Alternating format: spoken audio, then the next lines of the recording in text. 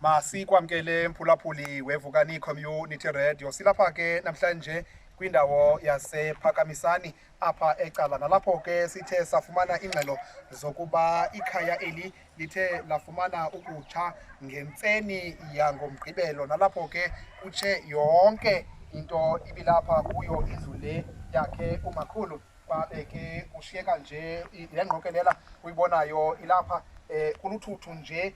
Sifumene ke ingxelo zokuba kutshe kwatsha yonke nje into ibingaphakathi, kwaphuma nje Umakhulu nempahla nje zodwa ezo zikuye emzimbeni. Silapha ke ukuze sibe kanti sincokola naye umakhulu uSylvia Nomathemba Xhekesha, oneminyaka engama-66 ubudala, 66 years.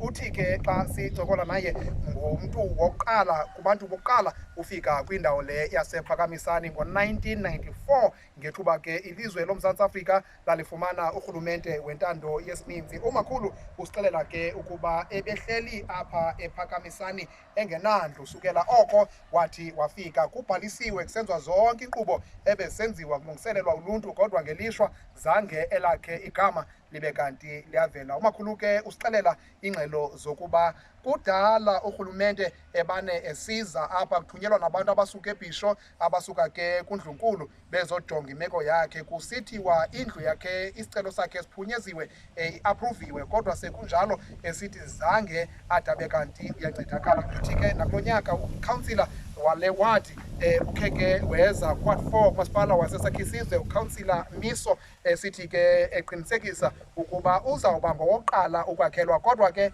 yonke le ngxelo xa sincokola nomakhulu kubonakala inoko ingaqinanga, nanjengoko esithi sele iluthotho iminyaka egqithileyo ebane enikwa isithembiso esingade sifezekiswe. Elona lishwa likhulu ke mphulaphuli lelokuba ude ke ngoku wabe kanti umakhulu utshelwa yiyo indawo le ebehlala kuyo. Kwenzeke ntoni makhulu? Masiqale nje kuloo ndawo ngentsisa yangomgqibelo. Thuke sisitsha lidangatya igqibe yonke ushubane kuba thuke mna sekusitsha lidangatya ligqibe yonke le nto kusiwa namacanga neebhula neefriji. Ndiyazi uba bokuqala kwathini kusiwa namacango amazinki eswela ngaphakathi.